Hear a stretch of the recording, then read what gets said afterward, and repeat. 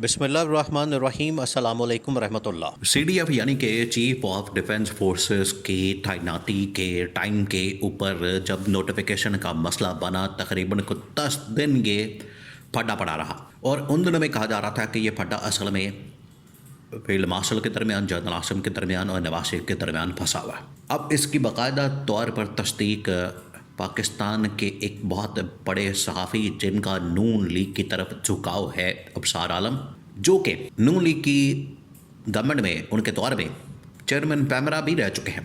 तो यहाँ से आप अंदाज़ा कर सकते हैं कि उनका झुकाव, उनका टिल्ट किस तरफ है और वो किस तरफ की बात करने वाले हैं।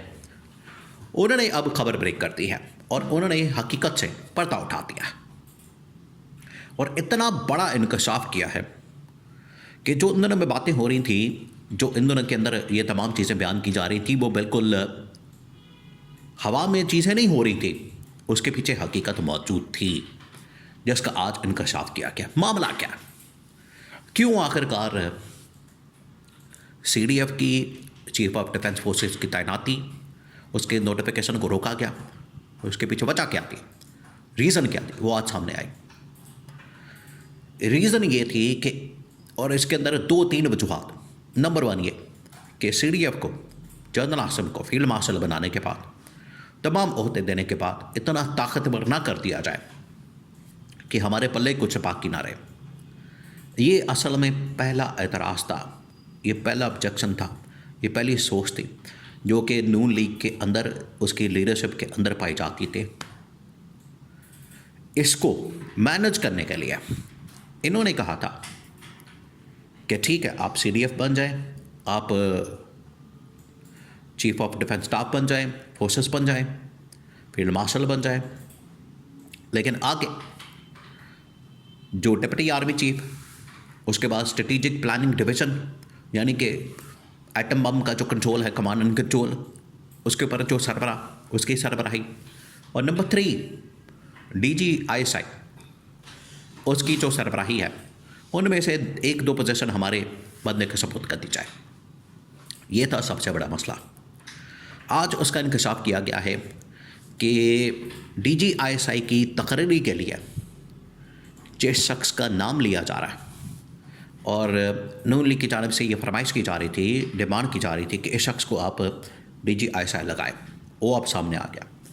साबिक DGISI जनरल नदीम अंजुम की अचानक से एंट्री हुई। पिछले काफ़ी दिनों से खैर वो ज़ेर बहस थे, बात हो रही थी, उनका नाम आता था, लोग नाम लेते थे, लेकिन फिर दबा दिया जाता था। अब उस सहाफ़ी की जानिब से बाकायदा तौर पर इंकशाफ किया गया कि नून लीग ये डिमांड कर रही थी, फरमाइश कर रही थी, नून लीग की जानिब से ये शर्त मौजूद थे कि DGISI के लिए आप एक रिटायर फौजी जर्नल यानी कि साबिक DGISI नदीम अंजुम को दोबारा से ISI के अंदर बैठा दें, लगा दें। अगर ये नहीं लगाना तो सेकंड ऑप्शन है कि आप उनको NSA बना दें। NSA जमरात नेशनल सिक्योरिटी एडवाइज़र, या फिर उनको अमेरिका के अंदर सफ़ी लगा दें, यानी किसी ना किसी तरीके से अकोमोडेट करें। ये डिमांड, ये फरमाइश असल में उसकी बाकायदा तस्दीक आज सहाफ़ी की जानिब से कर दी गई। तो अब आपको पूरी हकीकत, पूरा मामला समझ आ जाना चाहिए।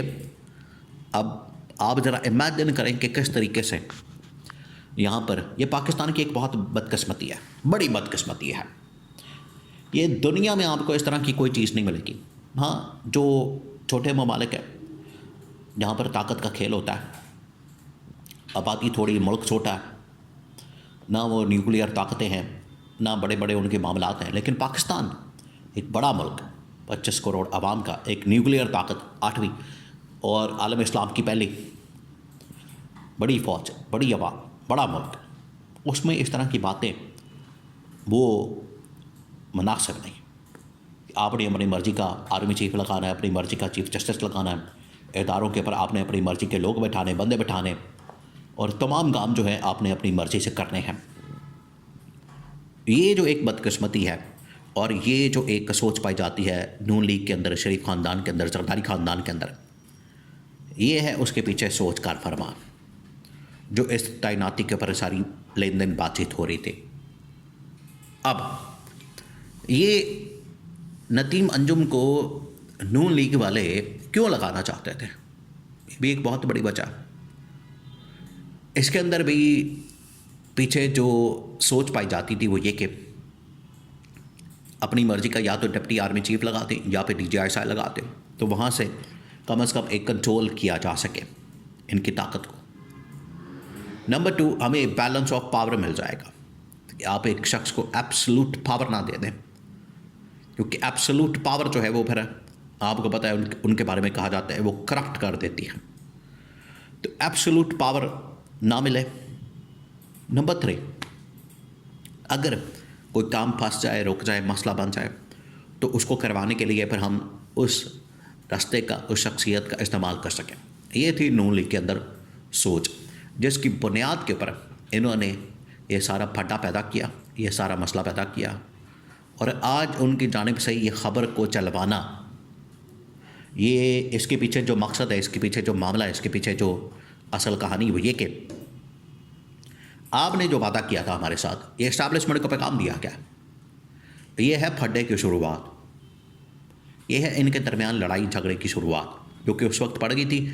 और अब आप देख लें, उसके बाद CDF का नोटिफिकेशन होने के बाद, तैनाती होने के बाद आपको पता लगा कौन आया NSA, कौन DGISI, या उसके बाद तब्दीली deputy army chief, strategic planning division, उसके ऊपर कौन आया, कुछ पता चला नहीं, क्योंकि मामला तब गया, नोटिफिकेशन आ गया, अल्लाह खैर सल्ला, सारा मामला ख़त्म।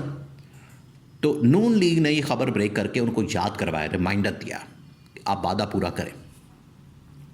तो वादा अब कहाँ पूरा होना है, अब भूल जाए। अब वादा तो आपके साथ पहले भी किया गया था, नवाज शरीफ के साथ पहले वादा करके इनको लाया गया था। कबूतर उड़ा रहा है नवाज शरीफ, और कबूतर उड़ाते उड़ाते उसके अपने बेचारे के तोते उड़ गए, अपनी हालत ये हो गई, आटे के तोड़े पर आ गया। कहाँ उसने वज़ीर-ए-आज़म की कुर्सी पर आना था, लेकिन आटे के तोड़े पर आ गया। तो ये उस वक्त भी वादा किया गया था, कोई वादा पूरा नहीं किया गया। आज भी वादा अगर किया गया, जिसको ये रिमाइंड करवा रहे हैं, तो ठीक है, पर रिमाइंड करवाते रहें। 5 साल गुजर जाएंगे, आपका रिमाइंडर चलता रहेगा। अब रिमाइंडर के ऊपर बैठ जाए, ये है इनकी हालत। तो ये बाकायदा फटे का आगाज़ हो गया, और ये जो फटा ये आखिरकार किसी न किसी गवर्नमेंट को लेके बैठ जाएगा, या तो पंजाब गवर्नमेंट को या फिर वफाकी हुकूमत को। अब नवाज शरीफ इस मामले के ऊपर कॉम्प्रोमाइज़ कर लेता है तो ठीक है, फिर सियासत ख़त्म, कहानी भी ख़त्म आगे। और अगर वो किसी तरह से डट जाता है तो फिर गवर्नमेंट भी ख़त्म होगी, और फिर फटा भी होगा, लड़ाई भी होगी, झगड़ा भी होगा, और फिर एक बार ये तमाशा सारी दुनिया के सामने लगेगा।